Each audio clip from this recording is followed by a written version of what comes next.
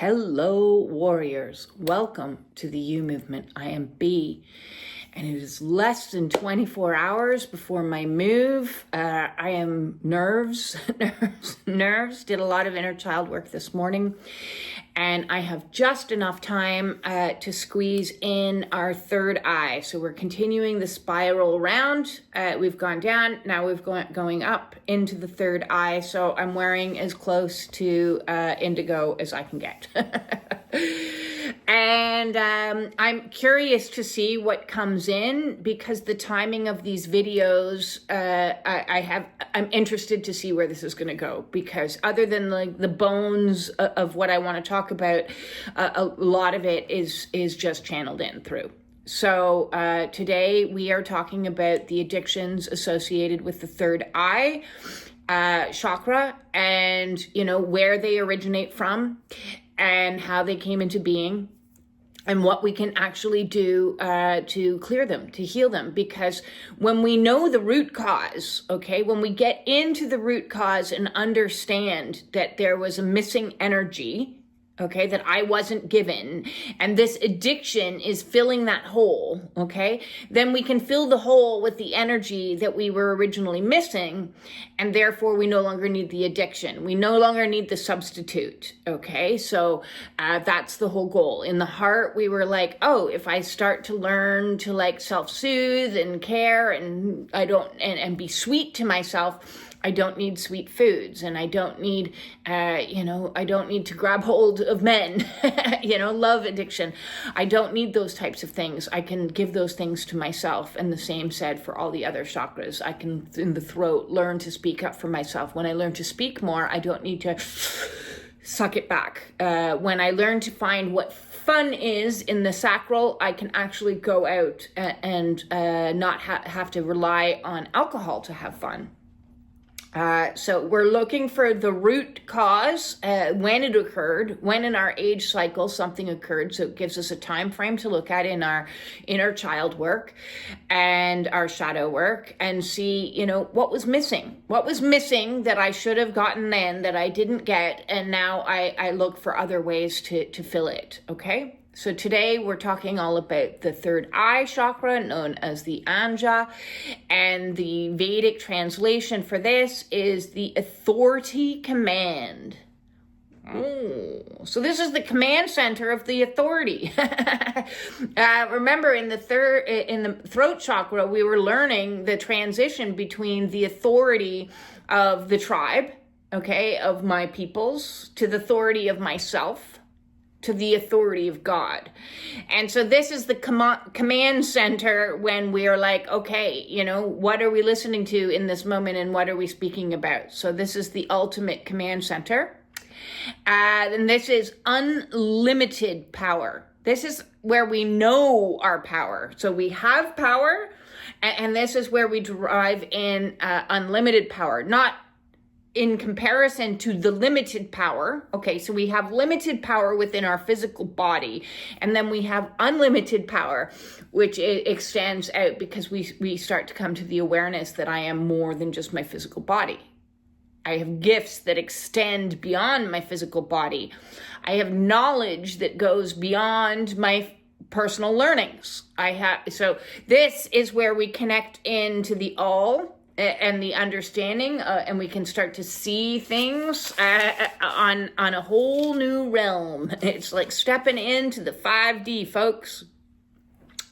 The life lesson here in the third eye is all about utilizing your mind, okay, which means controlling that. Because that guy is a little bit like out of control. Okay, talk about control center. The mind would like to think that it's in control. It's like a 2-year-old running around a nuclear power station pressing all the buttons is what it is. And so we need to sometimes soothe the mind. And that is definitely something that is going on this morning for me as I was lying in bed, soothing the mind, saying everything's going to be okay. This is where we tap into our intuition.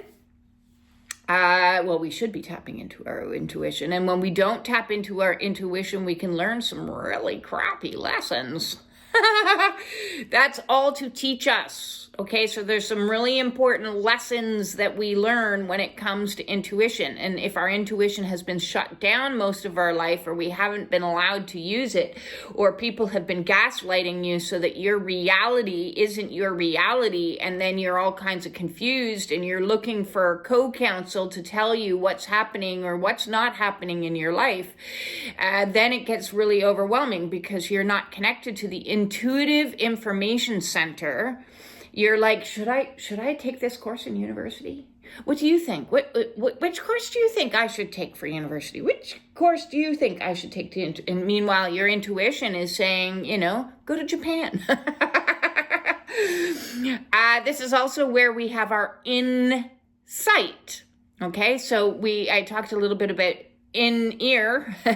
We have an insight as well, and this is the pineal gland. I don't know if you know a lot about the pineal gland, but it's very, very interesting.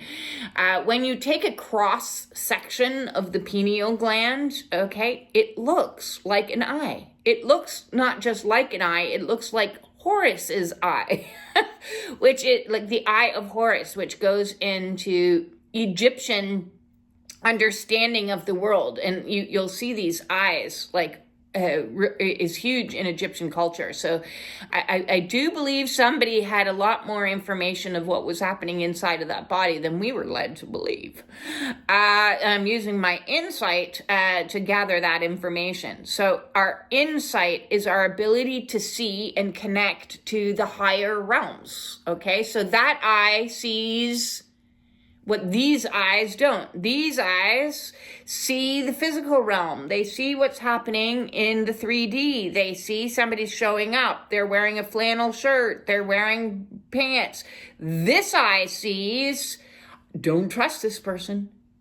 Just because they look like a nice little lumberjack dude doesn't mean that they're good. This eye sees, I see you, sees the manipulations, sees the lies, sees the narcissism, sees this. So for a lot of people, third eye open is what happens in this awakening. So it's par for the course, and many people go through this, that when your third eye opens, you start seeing things in a different light. And that could include your husband or your wife or your job situation. And you're like, whoa, Nelly.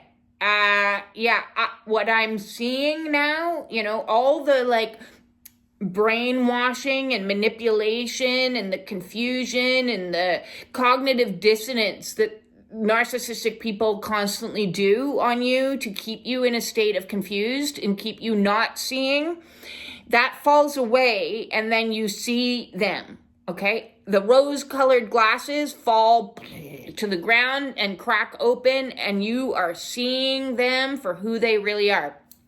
So it kind of coincides with, as the divine feminine is rising, more and more women are up and walking out the door and saying, I want a divorce. This is over.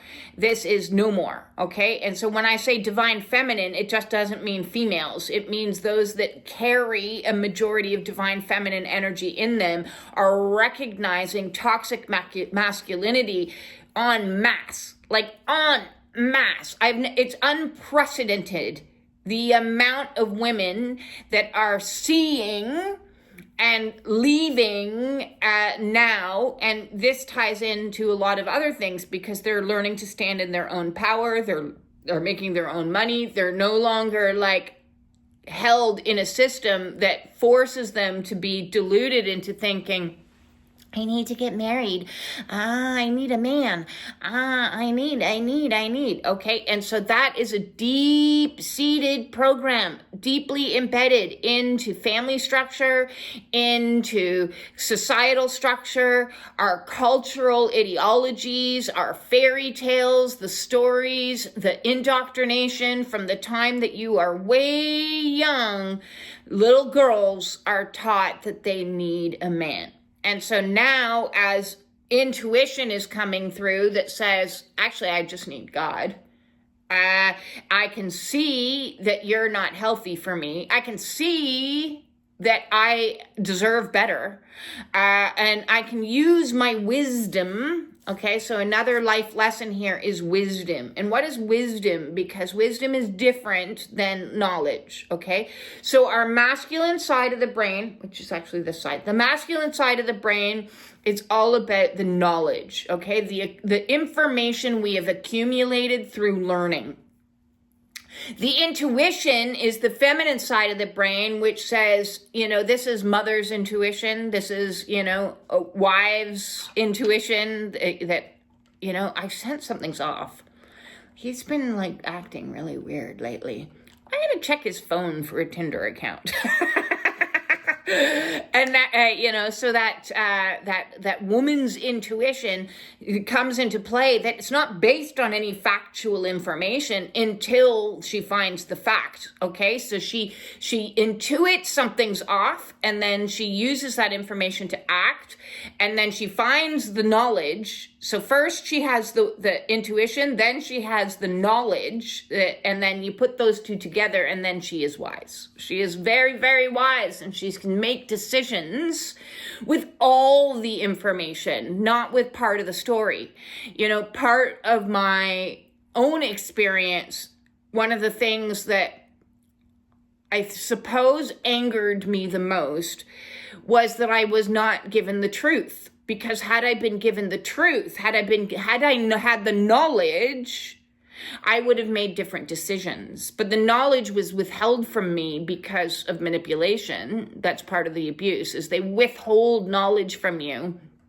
So you're trying to do math in your head with an intuition that says something's off, something's not right, but you can't ever grasp hold of what that is. You don't have the knowledge aspect of that. So you are robbed of your wisdom. You're robbed of your wisdom. So this is also when pattern recognition starts to come into play. And I love patterns. I absolutely adore patterns. It's one of my super skills. My superpowers is you start to see this so I was deprived of knowledge, but what I did have was intuition and pattern recognition.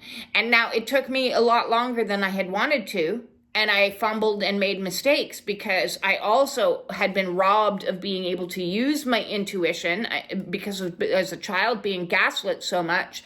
I relied on others to give me the insights that I needed instead of having, so it was outsights. I was like, what do you think? What do you think? What do you think? What do you think? What do you think? What do you think? It was living life by counsel. And the problem was the people who I was asking, they weren't doing what was in my best interest. They were doing what was in their best interest. So they were misinforming me of what was in my best. But then I would see patterns. And I started watching like a hawk. Watching like a hawk what was happening in my relationship. And I started finding the knowledge, not from that person, but through external sources that had more information than me. For example, Dr. Ramani, okay? So if you have an intuition, ding, ding, ding, you have an intuition that you are in a narcissistic relationship, but you're not entirely sure. You're confused. Please go watch Dr. Ramani's videos and watch them and watch them and watch them and watch them. And then with what you learn, the knowledge you obtain, she's also written a book called It's Not You, very good book. With the knowledge that you obtain and your ability to watch for patterns, so just sit back and watch and you go, oh, geez, that's love bombing. Oh, geez, that's triangulation. You now have the vocabulary, the knowledge that you need to see what you need to see.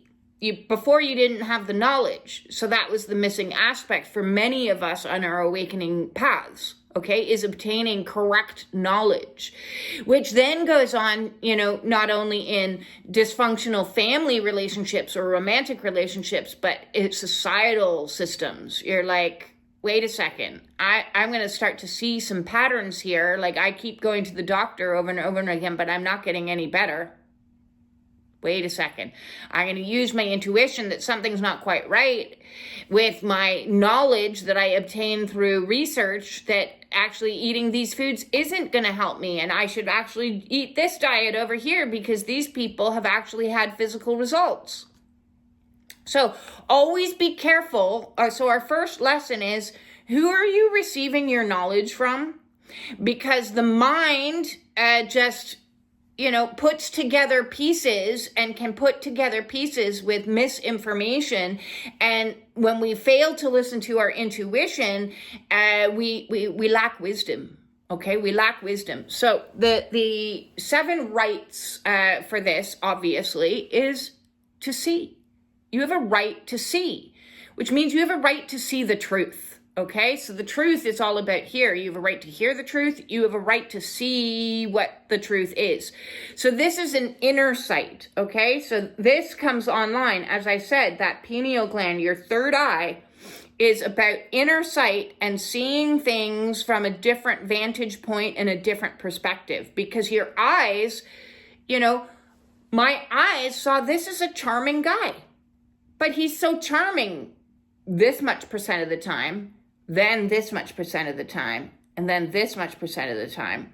And the charm decreased. Where did Mr. Charming go? Where did my Prince Charming go? And then inner sight says, this dude's a monster. This dude is Dr. Jekyll and Mr. Hyde. This guy has a multiple personality. He jumps between Mr. Nice Guy, Prince Charming, and this monster, mean, cruel individual. And then you start to see, oh my God, Mr. Charm is just a mask. My inner eye sees, and then you grieve. You grieve the loss of somebody that never even existed. But you love that person that you thought existed.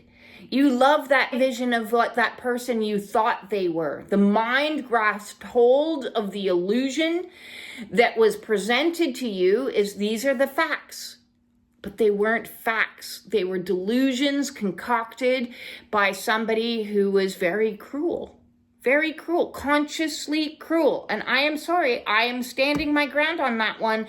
They are fully aware that what they are doing is cruel and hurtful.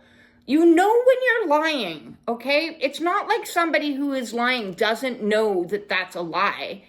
The problem is they lie so many times over and over and over and over and over that they begin to believe their own lies. They begin to believe those, and eventually they are steadfast thinking that's the truth, when it's not the truth. And they knew from the get-go it wasn't the truth, but they convinced themselves, they deluded themselves, and they lacked any inner sight for themselves, so they start to believe the created reality, okay? And it's created. It's not real. It's not factual.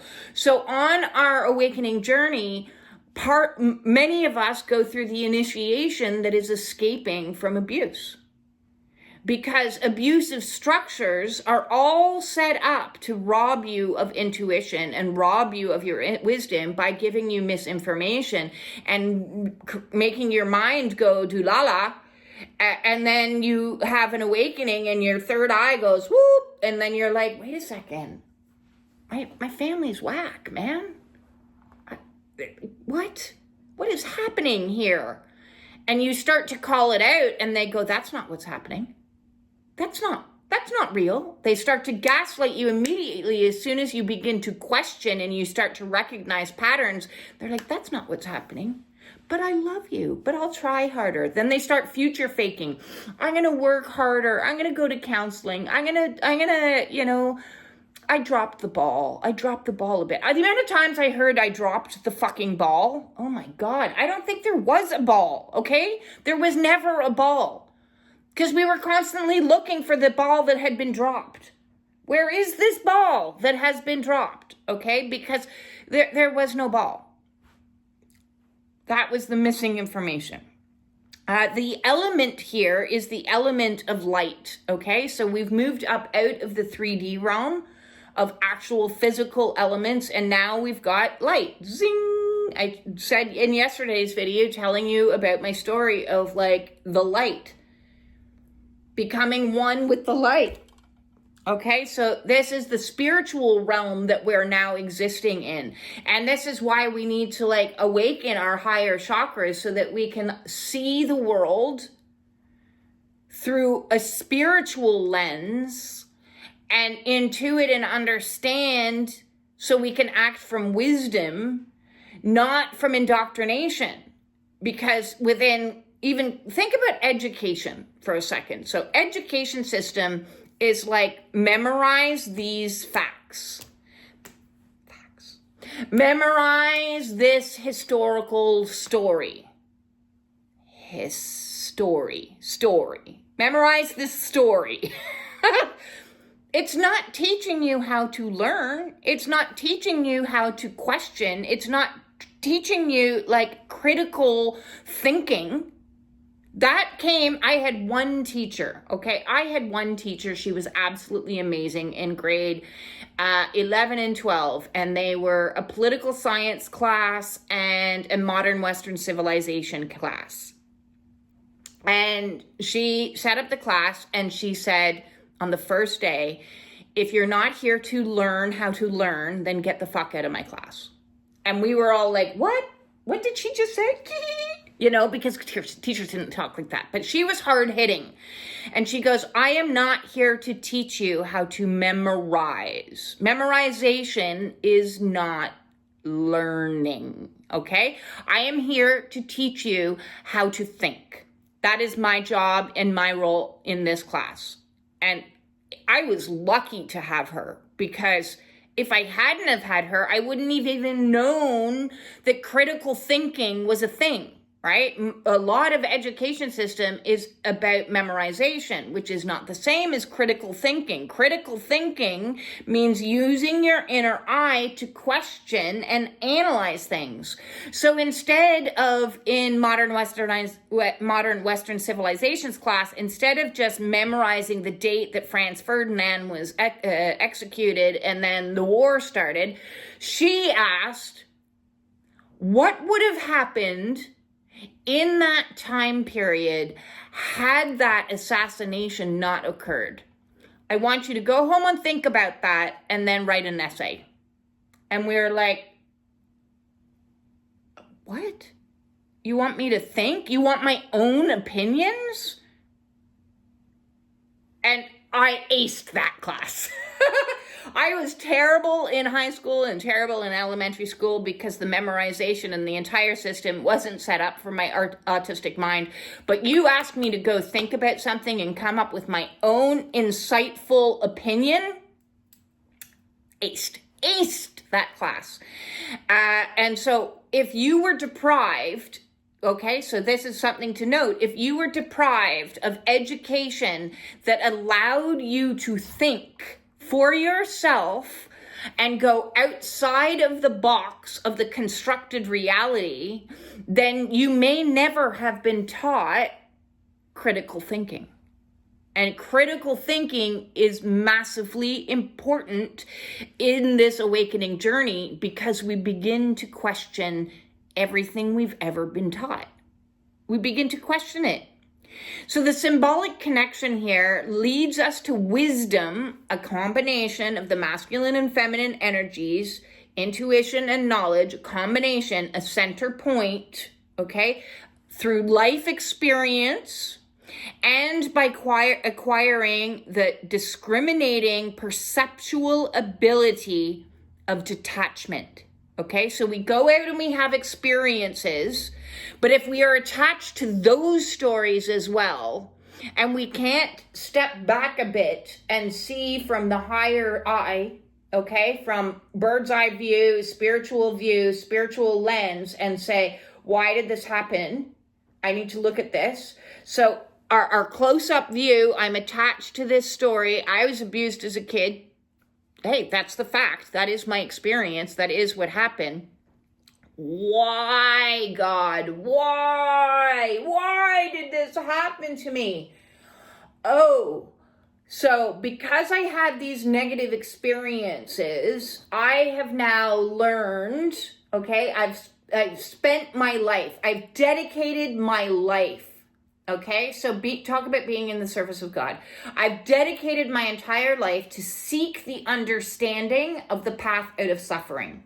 From the time I was 18 years of age, I've been seeking high and low and everywhere. Is it in this book? Is it in that book? Is it in this course? Is it in this practice? Is it in this spiritual understanding? Is it in this psychological, explanation? Where is it? Where's the path? Okay, so I've spent 30 years because of these experiences. I wouldn't have done that. I wouldn't have spent 30 years. You know what I would have been doing? I would have been out acting, okay? I would have been acting, and I would have been going to parties, and I would have been like living my high life, okay? But that's not what my job was. My job was to come down and be deeply embedded in a very toxic system. So I was a GEA, God's enforcement agent, placed in a toxic family structure with my ability to know the truth as a truth seeker, always intact, play the role of the scapegoat or black sheep, whichever you want to refer to, or the truth teller. All of those roles kind of work. Experience all kinds of shitty shit. Okay, and then spend 30 years seeking my way out of suffering, good ways, bad ways, always. Does smoking work? Yeah, it works a little bit. Does a relationship work? No, questionable. Does meditation work? Does yoga work? Does psychological counseling work? Does going to this counselor work? That counselor work? This ideology? I was willing to try it all. Okay, so then I spent an entire 30 years accumulating knowledge through more experience. So not just experience, but discriminating my perceptual understanding, not just staying stuck in there of being like, oh my God, this is my story. This is not just staying stuck, but slowly pulling myself into a different perception. So the story is still the story, and I'm not ever going to tell anybody that the things that happened to you didn't happen to you and you should just get over it. And high vibes only. I'm not going to say any of that bullshit, okay? But what I am going to say is when you come to a perceptual understanding of these things happened, I needed these things to happen to send me on this lifelong path with my spiritual machete, carving my own path, finding my own way, to bring me to this point where I'm sitting in front of a camera doing a YouTube video talking about my understanding and my awareness with my ability to see from a place of truth, not somebody else's version of truth, not some book's version of truth, but my version of truth through my knowledge as well as through my experiences, from a detached point of view, because I'm not, and you've seen my detachment process, okay? So the awakening is a detachment process, because the stuff went from being repressed, deeply, deeply repressed, not even seeing the truth of my own situation. At the beginning, I thought, I believed, okay? So talk about misbeliefs. At the beginning of my awakening, I believed that I was going to somehow magically going to be able to consciously uncouple, like a Gwyneth Paltrow scene, through my relationship. Now, you've observed me in real time, because this is my soul's mission. You've observed me go through the processes of detaching from one storyline into a new level of awareness that says, oh, okay, this was an initiation. This is why I had to go through this. This is part of my soul's development to teach me many lessons, to make me more reliant, to make me more, strong, to make me stand up for myself, to make me create boundaries, to make me, detach from this negative thing. And our detachment process is awakening. It is enlightenment. It is the process of coming into greater degrees of light. So the element light, we are becoming lighter with everything we detach from. With everything, whether that be alcohol, pharmaceuticals, toxic relationships, toxic job patterns, bad behaviors, addictions, everything we detach from and are able to see from a distance and say from our higher self. So now we're seeing it from higher self perspective of oh, well, I went through all this so that I could be a teacher and help people, guide people from a different vantage point. I don't think there's anybody like me. Okay, I'm pretty sure that there's a lot of teachers that cluster in same groups. There's the like yogi group, and then there's the psychological group, and then there's the spiritual teachers group, and then there's these other groups. I don't think there's anybody teaching me from the perspective of being in it and showing you what it's like to come out of it. I haven't seen that. I have not seen that, and in authenticity, be able to show you, listen, I know what it's like to be you because I've done everything that you've done. Most teachers, spiritual teachers still hide their shadow, hide their imperfections, hide their wounds. So they stand in front of you as a perspective of, well, I'm healed now. And when I was, I went through some tough things too. Well, what tough things? Did you go through the same tough things that I went through? And if so, I want to know. But I went through so many fucking tough things that I'm able to say to you without any shame. I have zero shame about the tough things that I went through because I see them for their value and say, now I can relate to somebody who's struggling to get off of alcohol. Now I can relate to somebody who's trying to escape from a toxic relationship. Now I can relate to somebody who's, you see what I mean? So all of these things had to happen. So why, God, why is the process of detaching and saying, oh, okay, it was for my enlightenment. It was for me to rise up out of the shadows and see from a whole new level of consciousness. So I can be grateful for these opportunities. And in some weird way, I am. In some weird way, I do have gratitude. Does that mean I liked it? Does that mean it was less brutal? No. It was brutal. It was absolutely brutal. The last few years of my life were absolutely brutal, but I'm grateful for them because who I am today after having all the shadow literally pummeled out of me. I seriously, in my mind's eye, what I see is like a gang of angels with Doc Marten boots kicking the crap out of me, literally kicking the crap out of me, getting rid of the crap, because I was a little bit of a slow learner. And I didn't just find that sitting in meditation or doing like a sacred medicine was, the way to just get the crap out. I needed to actually experience the brutality that an awakening can be, because not everybody's awakening is love and light. In fact, I really struggle to believe that if somebody is touting only love and light, and I saw somebody commenting on another spiritual warrior's post the other day, is that spiritual ego. And I talked about that in the solar plexus video, and they got more work to do. They got more work to do. They're not done. They haven't reached their humbling process. And the humbling process is like boom, boom, boom, boom, boom, boom, boom, boom, boom, until you go, oh my God, I'm exhausted. I give up. Seriously. You take the wheel. You're in charge. Then we're like that unlimited, that authority command is commanding self to give it to God. That's where the command is coming. And that's, we're deriving and understanding that there is something bigger. The symbol here is amazing because it's one of my favorite symbols ever, which is the Star of David.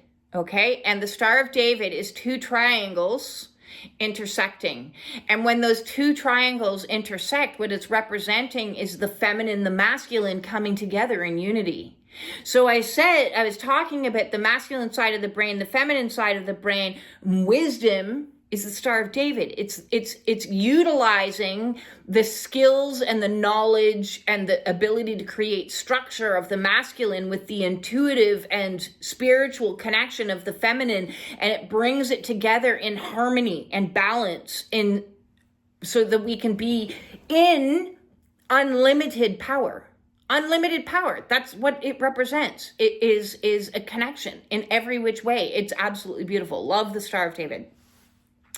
So this is also all for our senses, right? So in each of our chakras, we had a sense associated. So the 5 senses. Well, we're now beyond the 5 senses, and we're now into the extrasensory perceptions. So this is where we start experiencing all our, skills, our gifts, right? And so these are the actions of the mind. This is the mental realm that we exist in. And so within the auric field, we have the physical body, we have the emotional body, we have the mental body, and then we have the spiritual body. And, it goes on and on. Our souls are huge, right? Our physical body is like just the tiniest little thing inside this giant thing that is beyond our understanding. It's beyond our mind. But for many of us, we were gifted with a lot of these skills, and I hazard to say connected to neurodivergence here. And of course, I'm really seeing a connection between neurodivergence and light workers and neurodivergence and starseeds. I think it's one and the same. It's just different lingo given to the same thing. So we were born with gifts. Extra sensory perception. Our sensory system was extra. All kinds of extra sensitive in our bodies. We could feel everything. And this is why, as a medical intuitive, I feel in my body other people's stuff. I feel in my own body my own stuff. I know when something's off, immediately. And somebody once said to me, I don't think there's anybody on the planet that knows your body, knows their bodies as much as you know your body. And I'm like, oh God, yeah. I would agree with that. I know my body, every single little function. If something is off, I'm on it. I'm on it. White on rice, I'm on it. I'm healing it because I have this insane extra. I'm all about the extra. So this is where we all got told we're too much, right? I got too much sensories. I got too much sensitivities. I got too much awareness. I got too much ability to see the truth. I got too much, okay? And society didn't like that, okay? So another initiation is the initiation of how we had to survive in the world that didn't want us to be in unlimited power, in a world that wanted to shut us down and shrink us. So it's not that we were ever too big, too loud, too whatever. It was that the world itself said you need to become smaller and shut off all those extrasensory perceptions. So it's no wonder that people looked for addictions, because how do you shut that shit down? How do you shut that shit down? Although that's what we had to do. Okay, so we had to mask. We had to pretend and mask that the fact that everything was stressful around us and it was too noisy and it was too bright and it was too much, that it must be us. We're the problem. So we internalized what the actual problem was, which was outside of us. We internalized it and used our inner sight to say, it must be me. I'm too much because, my family thinks I've got ADHD and I'm jumping off the walls because this sugar that you fed me is too much, and this food coloring. Jesus, please don't feed your children food coloring, that orange and red stuff. I knew a family once, and that everyone in the family was diagnosed with ADD or ADHD. And I went to their house for dinner once, and they were drinking Fanta and eating cheesies. And then I watched the kids boing, ba-boing, ba-boing, ba-boing, ba-boing, bouncing all over the place, because we've got these extra sensitive systems, and you've just fed yourself food coloring, and you're wondering why your body and your mind and everything else is going absolutely ape. We're feeding ourselves a diet of way too much sugar and glutens with glyphosates. We're breathing in airs that have heavy metal toxicities. We're just coating our bodies with more toxic stuff. And so our extrasensory perceptions are like this. Our nervous system is like too much information, too much to clear, too much work, too much. And so then every single system in our body starts like becoming dysregulated. We start getting sick because our immune system can't keep up with the amount of stuff that our overly sensitive systems are taking on. We start developing allergies and all kinds of other things and inflammatory responses. Our kidney systems can't flush as fast as we're putting in all this stuff in our extra sensitive systems. Our, digestive system can't even digest life. And so, a lot of people who are on the spectrum have serious intestinal issues one way or another, colitis or this, that, or the other. And we're just like, because we're just seeing and taking in way too much stuff. We have all these gifts that we're not supposed to have or not supposed to talk about. People hearing things. Oh, you must be schizophrenic. People seeing things. Oh, you must have like serious mental issues. And so we need to shut all this down. We need to like stop this. We headphones on, sunglasses on, hats on, EMF protections on, and so much coming at us. It's no wonder.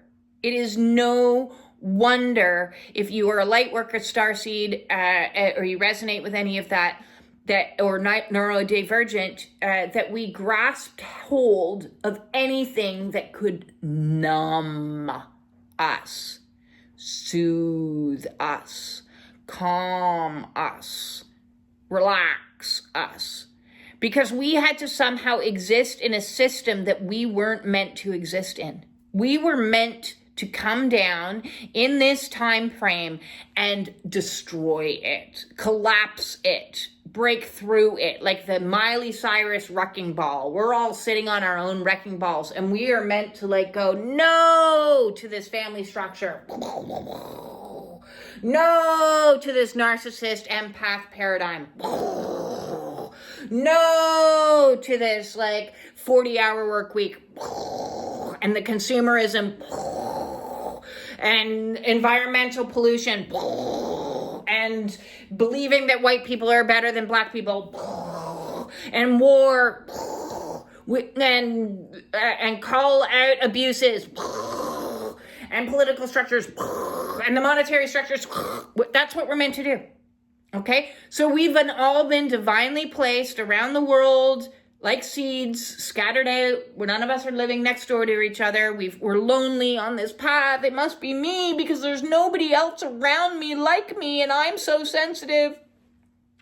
And I feel things. Oh my God, do I feel things?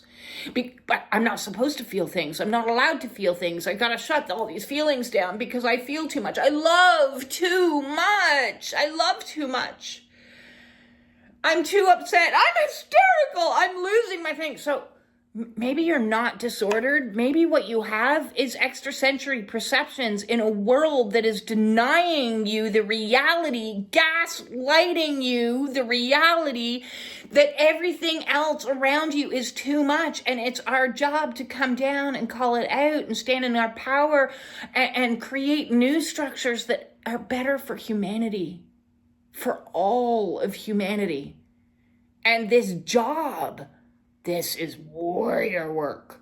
So we need to be in the command center of unlimited power to be able to say, no, I'm not doing that.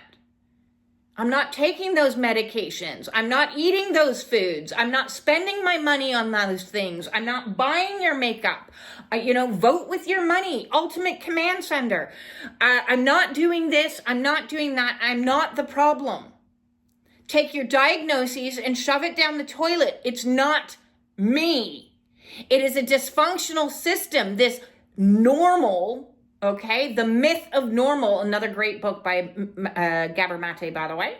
The Myth of Normal, okay? This is the age of Aquarius. People are waking up. Why? We are waking up so we can see the truth, so we can activate all the other chakras and stand in our truth and call out the truth and change the world. Okay, so we are the change, as Gandhi said. Love that. We are the change. So when we see reality for what reality is, we can like step away from reality. We can step away from these things and say, I'm not doing that anymore. I'm not participating in that system anymore. You vote by saying no. You vote by saying I'm out. You vote by saying, when you keep doing it and you keep fighting against it, you're only feeding the system.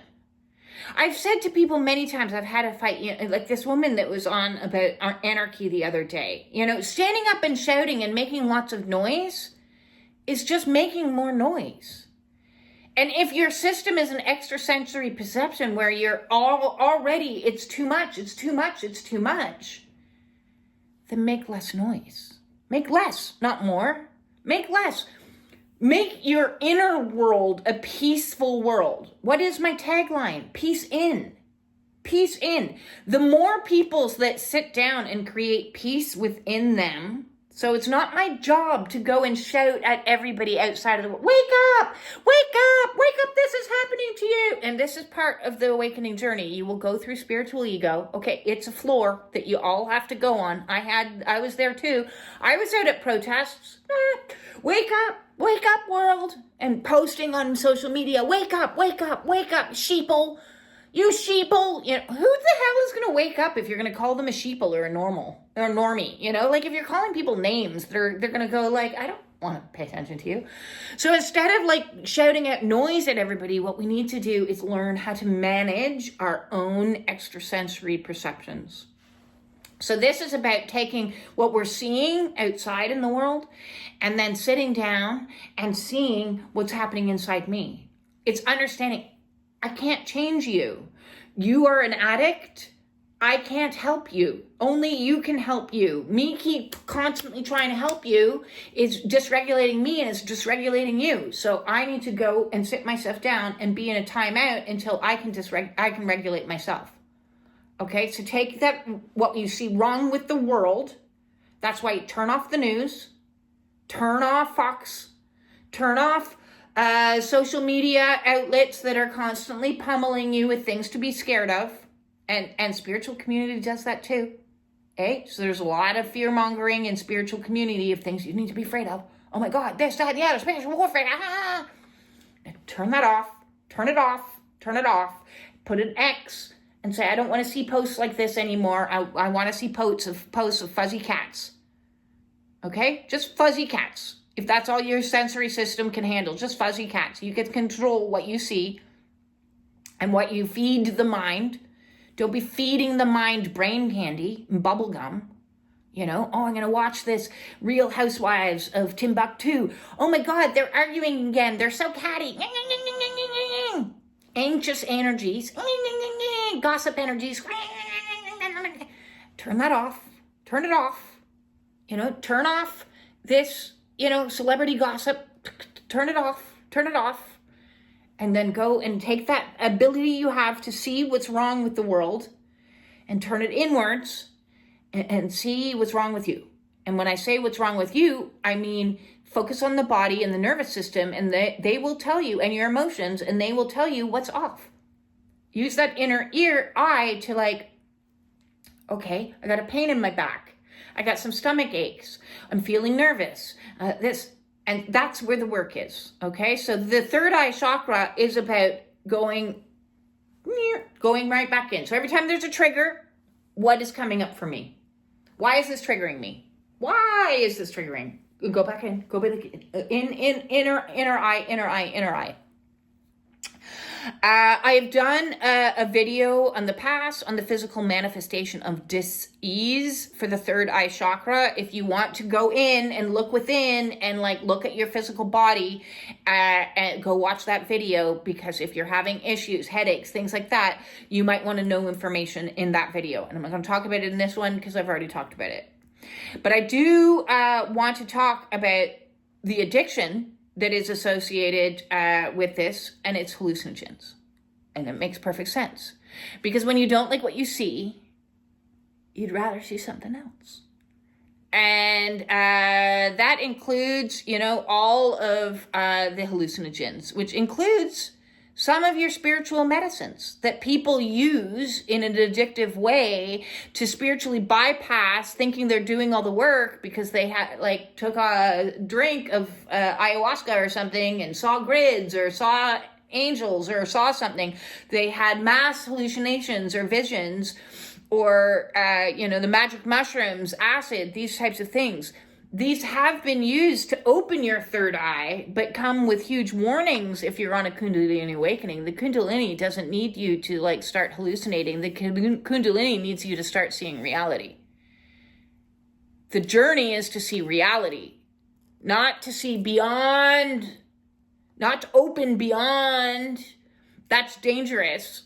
I'm letting you know that is dangerous. You could easily slide into psychosis if you mix Kundalini with hallucinogens, because you're opening yourself way too wide for things that you're completely unprepared for. And it's like throwing petrol or gasoline onto a fire, and then you're going to burn your eyebrows off. Okay? That's what's going to happen. And it's not good. The amount of people, including myself, that have landed in a psych ward for a period of time, for me, it was 3 days, and I was very unhappy about it. And 3 days before, I had done sacred medicines. 3 days before I was taken involuntarily, I had done sacred medicines. So I'm even going to warn people about the usage of microdosing if you are on a spiritual awakening. Okay, so microdosing became hugely popular. I've done it myself. And yeah, when you're feeling miserable and feeling depressed and feeling all these things that you don't want to be feeling, and that's the thing is, I don't want to feel like this. So I'm going to take this substance because it makes me feel better. But the problem is, the way to get it out of you is to feel it. So I want to talk about mystical depression, okay? Because there is, depression is a condition that a psychologist or a psychiatrist will diagnose you and label you as. They're going to hand you from some SSRIs, and then you're going to feel a lot less depressed. And you're going to feel like a zombie and zoned out, right? Maybe what you have isn't depression. I'm not saying it is. I'm not saying it's not. Maybe what you have is a mystical depression, which is a process of dark night of the soul. And when you go through dark night of the soul, you kind of it's your initiation. It's your spiritual walk. It's your path through the awakening process to get out the other side, so that you can be in a state of healthy bliss. But the mystical depression brings you down. Like dark night of the soul is called dark night of the soul because it's dark. So if you're in an energy of thinking to yourself, maybe I need to feel better. I'm constantly needing, what can I do to make myself feel better? Sit in the dark. Actually sit in the dark and do the healing work and help get guidance from somebody that can help you through the path. So a transpersonal psychologist who understands the pathway, that is a spiritual warrior walking through their own hell. We have to walk through the depths of hell so that we can arise into the heaven realms. But we won't be able to do that if we're not in reality. And the very nature of hallucinogens is to bring us up out of the reality and bring us into a much softer, nicer reality. And so there could be dangers that could be presenting that prolong or delay or, make your awakening more challenging by adding more fuel to the fire that is Kundalini that's trying to do its job so that you can help you see. So, Carl Jung is somebody very interesting to go into and look at the world of the shadow and the archetypes that are going in with there. Because when you use that inner sight, when you're feeling bad about yourself and understand what's coming up for me, this shadowy place that I'm in is my inner victim talking to me. We all have a victim and it needs to be heard. Or is an aspect of myself that I've used as a form of a mask coming up? that I'm like kind of feel shameful about, for me, like that femme fatale, you know? Hi, cutie. You know, I use the femme fatale to like lure myself, love addiction. And you have to face your shadowy sides of self. You have to you have to see yourself for who you truly are. And if you're just in good vibrations all the time, feeling kind of like, oh yeah. If you're in that energy all the time, then you're not going into the muck to unfuck. You need to actually go down into reality. And the thing is, we want to create safe containers. And the more of us that awaken on this path, we can create safe containers, talking circles, retreats, healing centers, one-on-one transpersonal psychology, intuitive counselors. You want to find somebody that's been on the path to hold space for you to help you get through the darkness. You don't need to do it alone, except most of it you will do on your own, because it is an inner journey. The hero's journey is an inner journey. It's going to spend a lot of the time in a bed, rocking, crying, and self-soothing, and it's okay. It's okay to feel like this. This too shall pass. This is my long walk through hell, and I will get to the other side, and it will get lighter, and it will get brighter, and it will get easier. But I need to see reality for what it is, and that includes me. I need to see me for who I am. I need to see my good and my bad. I need to see each of my inner childs. I need to hear them and pay attention to them and not abandon them. Okay? So when there's a part of us inside that's miserable, have a conversation with that part. Go into the dark and have a conversation and see it for what it is. Maybe that's it, that inner child is scared out of its mind. Like mine is freaking out right now, because I have to do another move, and moves from somebody who is adopted and put through the foster care system is scary for me. Once I get to the other side, I'll be perfectly fine. It's the pre not knowing, where am I going? What's going to happen? Am I going to have enough space in the truck? Is the drive going to be okay? I'm driving over highways that are over the busiest city in Ontario. So this morning I spent, it's okay. Lot of long, slow, deep breath work to get out of the mind and into the belly, which is where my inner child lives. So I'm giving my child all the time and attention and energy that she needs, sending so much breath to help regulate the nervous system. Long, slow, deep breath. This belly grows. We're so consumed, so many women are sucking in their belly and not having a belly, and this is counterintuitive when we start to do healing practices, and it's like, I need to expand my belly as wide as I can. Buddha belly, baby. Buddha belly. Get the belly out, Buddha belly. So the next time you're inspired to have like a hallucinogen and pull yourself out of the darkness, how about just sit and breathe and practice Buddha belly? Bring that belly right back into the spine. Get all that air out again. And it's okay. Pick one mantra, one kind word to calm the mind. It's the mind that's freaking out. Because the mind previously was thinking that it was the command authority and it knew everything and it knew all things. Only the things that are happening now aren't what happened 30 years ago, 50 years ago. I am not 3. I am 53. I am not being adopted. I am moving myself where I want to go. I am in control of me. This decision is made from combination of the intuitive voice as well as the knowledge, the research that I have done. This is from my experience.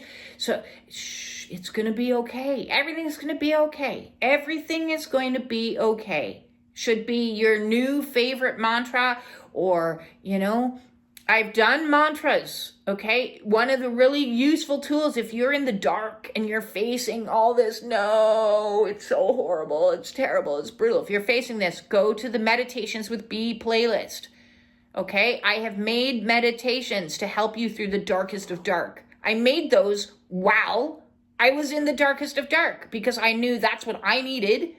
So I shared them because I was like, if anybody else is in this energy, oh my God, it's really hard. It's really scary. And they don't have any tools. I'm going to give them a tool.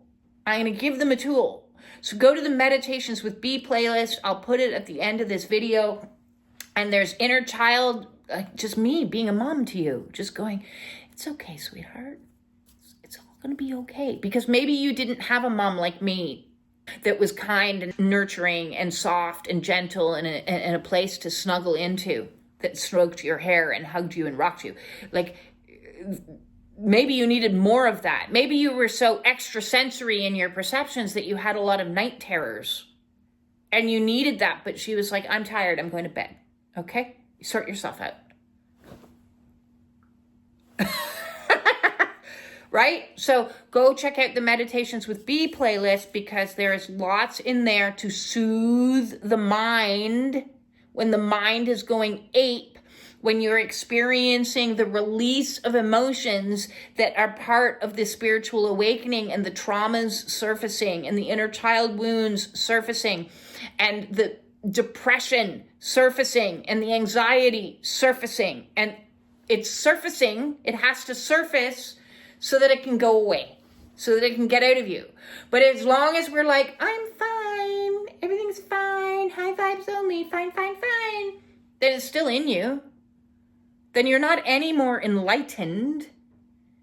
You're just got your head in the clouds. You're just in an alternate reality from the neck up. And the body down is still going to be suffering with physical manifestation of disease and disorders. And your emotional centers are still going to be up and down, fluctuating. Go watch the video on the sacral. Up, down, up, down, up, down. If we clear it all out, the emotional center starts to go like this. It's way less intense. It's way less intense. Do we still have some waves? Yeah. So I'm having some waves now, but they're way less intense than they were 2 years ago. And I can hold my inner child and I can get myself through it because I have the skills. Is my physical body doing better? Oh my God.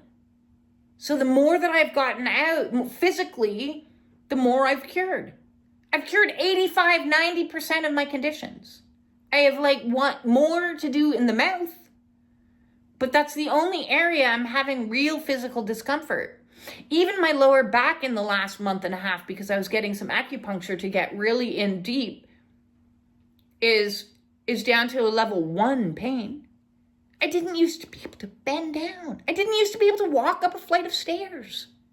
Okay? So to heal my physical body meant listening to my physical body and seeing truth for truth. Looking in the mirror and seeing, oh my God, I'm obese. My head was in the clouds. All the things that were holding me, I'm fine. I'm a couple pounds overweight. I honestly thought I was maybe 30 pounds. In my head, I created this idea that I was only 30 pounds overweight. I was over 100 pounds overweight. That's crazy. But when I started paying attention, because the diabetes got really loud, and I inner sighted that, and I inner sighted the sleep apnea, and I inner sighted my lower back, and I inner sighted my foot problem, and I inner sighted my knee wounds, and I inner sighted my back, and I inner sighted my kidneys and my liver and and I started inner sighting all the things that were wrong with me. And I started inner sighting all the emotions that were coming up and all the shadow elements that were coming up that needed to be seen. The more I inner sighted, the more it cleared out and the more enlightenment occurred. Am I enlightened? No. I got more work to do. I'm not levitating yet, okay? Talk about extrasensory perceptions. I am of the belief that until I am levitating, I am not enlightened. I am not ascended. Okay? I'm not healed. That ED represents an end point. There is always more work to do on this. As long as I am in this human form, there is more work to do. Okay? There is more work to do. When I levitate, I'm going to let you know. How did these addictions come to be, all this confusion? This is very much in our developmental stage that is our adolescence. So we're looking at 13 plus, 13 to 18-ish, when we're supposed to be establishing our personal identity. So a lot of these all connect into, slowly but surely coming to a place of independence. So personal identity means I get to be me as me, outside of the family tribal constructs. This is when I go get a part-time job. This is when I join after school activities. This is when I do my own thing. But if you weren't allowed to do your own thing, you weren't allowed to buy your own clothes, you weren't allowed to sign up for the lessons that you wanted to, you were blocked from following your life's dreams. I had a massive audition that came in because the school that I went to was an art school. It was FAME. And half the day was academics and half of the day was dance, drama, all of those things. And our school got sent auditions. And our school got sent an audition. I would have been in about grade, I'm not even quite sure, quite young. And our school got sent an audition to go to Degrassi Junior High. And I wanted to audition because it was an open casting call. And a lot of the people that are on that show, I went to school with. And I was blocked. My mother said no. I was not allowed to go. This crushed me on a soul level I can't even begin to tell you. And so I never watched the show because I just couldn't watch it. It was a wound that hurt me tremendously. So we've been blocked from being allowed to step into our personal identity. Then of course we're going to be depressed. Of course we're going to be upset.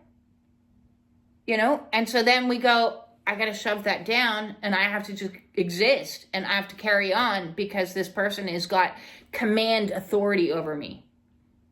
So if you had somebody who was domineering and somebody that was dictating to you your life, and you weren't allowed to step beyond that and step into your own command authority where you're able to practice, being in your own energy, then it loops back around to where I started at the beginning. You're constantly looking for other people to co-counsel your life. Because you were never allowed to counsel your own life. You were never allowed to step out of the realm of the family expectation and step into and learn how to try something and fail. Now, I'm not saying I would have got that role, but at least I would have been given the opportunity to know what it was like to audition for something that I really, really wanted. And even the lesson of not getting it would have been as good as the lesson of getting it. Because then I would have been learning to live my own life and what it feels like to be that. And had I been able to fulfill that fantasy way back when, I wouldn't have felt the need to do it in my 50s, right? So I replayed that fantasy out a few years ago when I got an agent and I started auditioning and I started doing that because I'm finally doing what my inner adolescent wanted to do. Yay! I joined an improv group. Yay! This was my life's dream. Now, it all went to shit because that's not what my soul mission for, but it was an opportunity to play out. I got a role in a movie. Don't think anybody will ever see it. Maybe I got to play a lawyer. It was so much fun. And I was having the time of my life. I was in such bliss, having the time of my life in this improv group, laughing and joking and having so much fun and doing comedy and doing, a stand-up comedy show in a bar in Toronto. Time of my life, fulfilling the dreams that my adolescent self had. So just like the solar plexus or sacral, I was talking about, what pleasures did your inner child not get to have? What experiences did your adolescent self not get to have? Maybe you want to start experiencing some of those. Because when our adolescent doesn't get to experience originality, independence, then we go out in the world and we take those unlearned lessons, and in a 7-year cycle, we're looking at the age of 36 to 42. So look at your life. What have I done between the ages of 36 and 42? Well, that was the start of me collapsing in upon myself within a marriage that was absolutely making me shrink and get smaller and smaller and smaller and smaller and smaller. which is exactly what was done in my adolescence. Shrink and get smaller into the forms that was expectation. And now I'm going to tell you, I was as rebellious as no get out in my adolescence because the structure that contained me was far too rigid. So I was looking for any which way to get into trouble.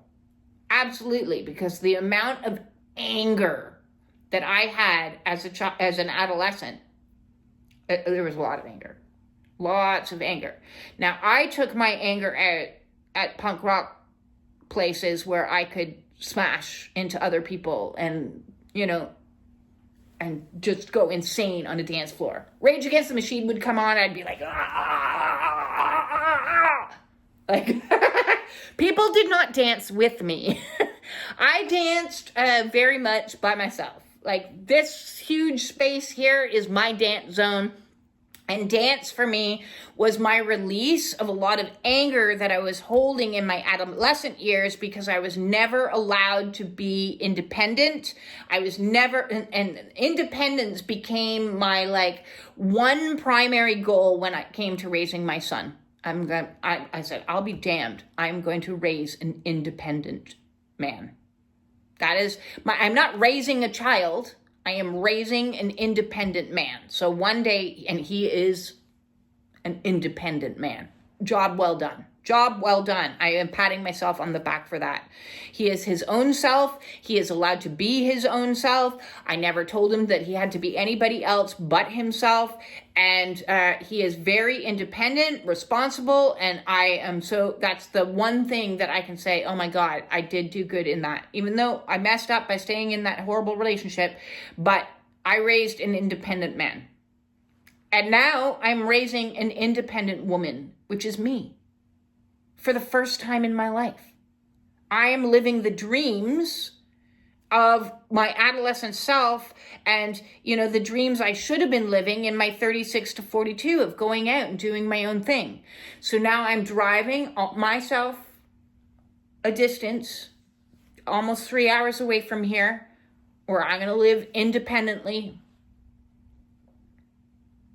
in a beautiful place that is a happy place for me. On a lake. I need water. Okay, my extrasensory body needs water, needs trees. And I am going to be my original self. Okay, I'm going to allow myself to have my own personal identity. So the more you allow yourself to be who you really are, who you truly are, your authentic self, and your personal preferences in the world, like you're going to see something, I like that. I'm going to see this. I don't like that. I'm even wearing a sweatshirt. This was a personal preference of mine. It's I just want to listen to Perry Farrell, who was my favorite musician of all times. Okay? Jane's Addiction. And I'm like, yes. So I'm going to allow myself to be a contradiction. Doc Martens on my feet to keep me grounded because that music kept me grounded. The punk rock identity is part of my essence of who I am. But I am also a spiritual teacher. And my goal is, because of all my experiences, I know that I can resonate with people that were in, Metallica concerts back in the day or partying up a storm. Those are my people. My people are the black sheeps. I'm not trying to appeal to people that have been doing yoga and have found a path that works for them. My job as a way shower, as a pathfinder, is to show the way to people that don't resonate with that, right? That resonate with something that's grounded in a little bit more. I was never allowed to be me, so I was, I'm going to release the rage at a rock concert. Yeah, because you were never allowed to be you. You came within structures that held you so tightly and said, the perceptions, the extra perceptions that you're experiencing, there's something wrong with you. There's something wrong with you. There's nothing wrong with you. There's absolutely nothing wrong with you. You're absolutely beautiful and brilliant and amazing and creative and fabulous. Fabulous. The demon that associates here is that of illusion. Okay? And that can be an illusion of the world around. If you're constantly high and you're constantly on hallucinogens and you're constantly doing like spiritual medicines, then you're bypassing past the reality that exists and you're living in an illusion. So an illusion can be the world around you. Everything's fine. Everything's great. Everything's perfect. Everything's wonderful. Ah! Or the illusion can be the illusion of the illusion within. I am great. I am fine. Everything's good. I've got total mastery over my own being. I am God. Okay? So when you're not able to have self-reflection, the capacity of self-reflection and look at self and look at the darkness and insight into the shadow, then you can be living in illusion, and we all do.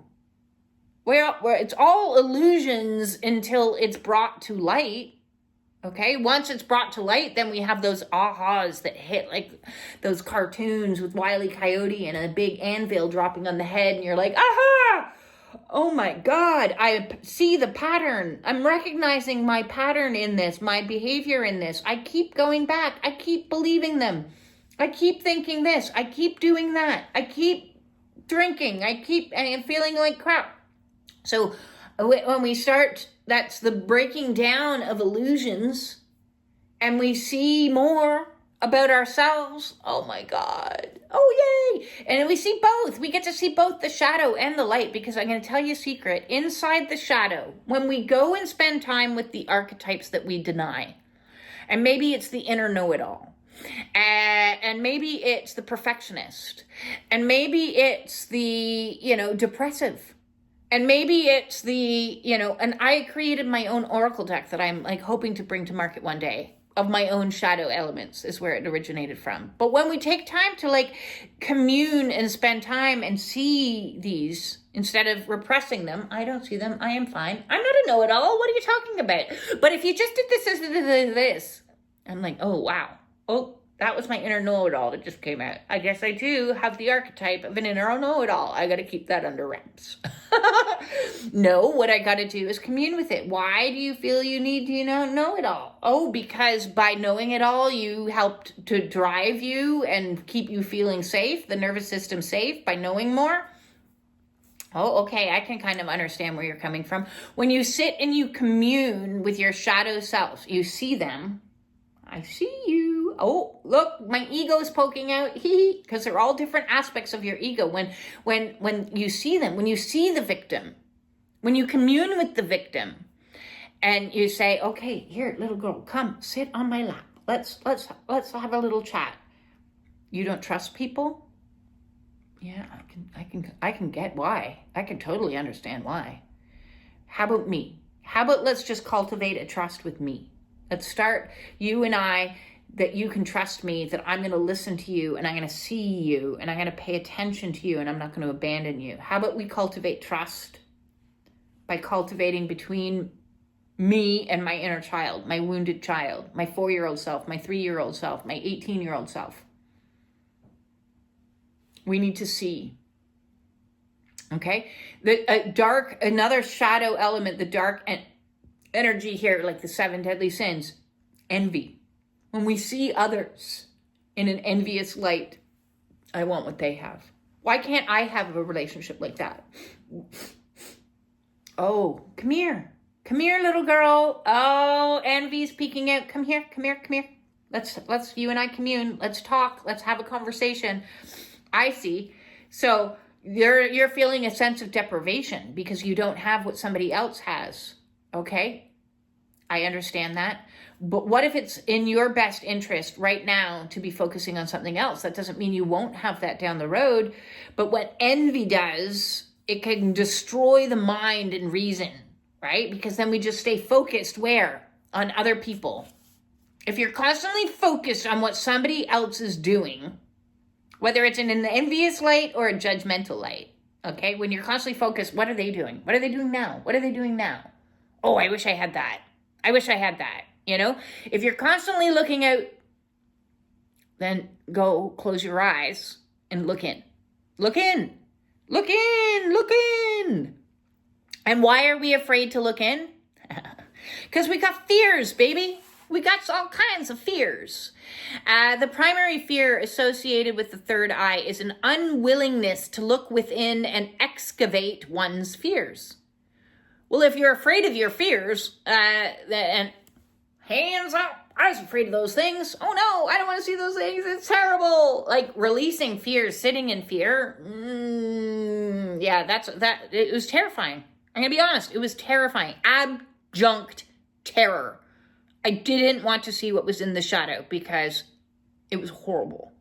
Okay? I had horrible experiences. I'm not going to minimize them. I'm not going to downplay them because I've seen them and I've been willing to sit in them and hold myself through them and shake through them because they had to come to light. But if we have an unwillingness to look at them and do that work, and it's warrior work, it's not easy.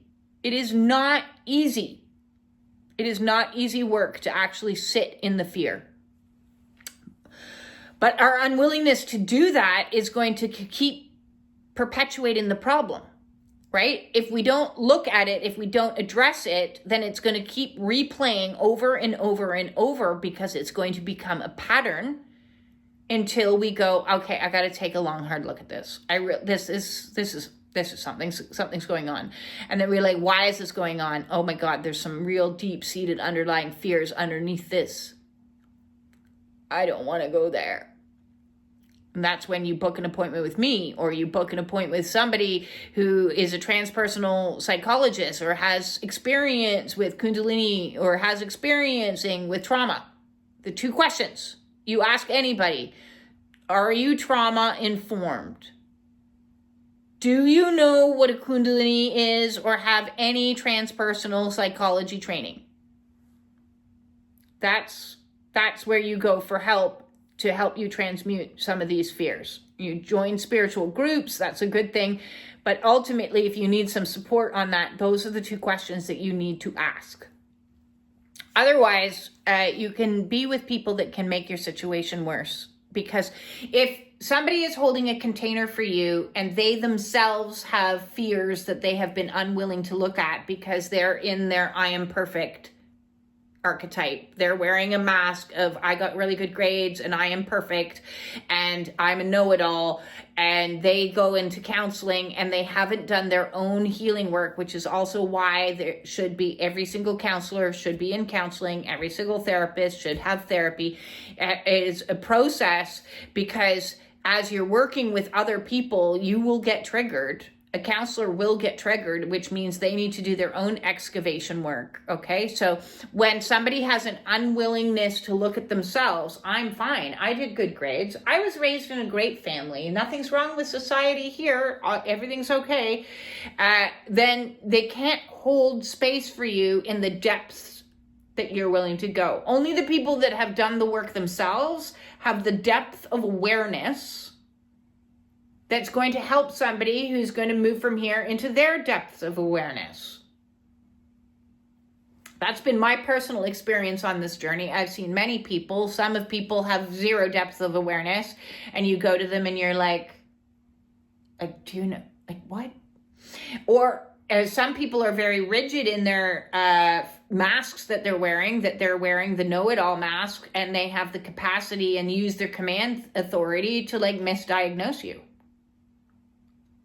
So unless somebody has gone into the depths of their own insight and their own hero's journey and their own spiritual work, if they haven't gone into the dark, if they're all about the light and the light only, and they have not embraced the dark, the shadow side of self, then you show up and you try to show your shadow, then you could very easily get re-traumatized through misdiagnosis, through shaming, through victim blaming, through all kinds of things. So be very cautious and use your wisdom and use your intuition to be like, oh, something's not right here. I'm going to find somebody else. I don't think we're a good match because I want to do shadow work. So another question you could ask them is, have you yourself done shadow work? if they haven't, and if they're hiding stuff. And like, listen, there's a lot of people in the spiritual community that haven't. Okay, that has bypassed that spiritual ego. They've gotten to a certain level, and that's not to say they're not awakening. They are awakening, but they've gotten to a certain level, and then they're like, I'm going to control, command authority. I'm going to control this in my illusory world, and you're no longer fitting in it because you're now, And so I've seen other spiritual people attack spiritual people because they're not being high vibe enough. And if that's the case, then you know that they've got more work to do and they're not safe. If somebody can't understand the shadow, they are not safe for somebody doing shadow work. It makes sense. So an unwillingness to look within and excavate one's fears. Fear of truth. When one's reason is clouded, fear of sound. Realistic judgment. Fear of relying on external counsel. What should I do? What should I do? What should I do? Do you think I should do this? What do you think? Or discipline. Okay, so if I don't do this, or if I do this, I'm going to be disciplined. So were you overly disciplined in your household? Was the structure within your household very rigid? And there are many houses like that. Maybe you were raised with somebody who is a militant from the military and blah, blah, blah, blah, blah, blah, blah. Maybe you were raised with somebody that was like within a strict religious upbringing. This is the way it is. You need to do this. If you do that, no, what do you mean? No, you can't dye your hair. No, you can't have a belly button piercing. No, you can't, in adolescent years. You have to wear this. You have to do this. What will the neighbors think? What will God think? You're ungodly. Geez, if somebody says, shames you through like God, like that's a rigidity that would be like terrifying. And so then you have a fear of stepping out, of doing the wrong thing, of being yourself and expressing yourself, Fear of one's shadow side and its attributes. Are you scared of your own shadow? I once heard it described that shadow is like going swimming to the beach with a whole bunch of beach balls. They're all full of air, going into the ocean and trying to keep them under the water. Okay? Imagine having a whole bunch of beach balls, trying to keep them all in the water. You push it down, and then what happens? Pop! Pops out at inappropriate times because you can't keep those things under wraps forever. So that's when you're at a restaurant and like water falls over and you're like, you fucking asshole. Oh, geez. Oh, sorry. Oh my God. Oh, I didn't mean to like, or you're driving in your car and you're screaming at people. So you... Or these shadow sides of selves are going to come out in weird and wonderful ways that are going to sabotage your life. So the inner saboteur, and we all have one of those. The inner saboteur loves it, absolutely loves it when you keep trying to keep all the shadow repressed, because it's like it will see a weakness, a weak moment. One of those beach balls goes flying and the saboteur goes,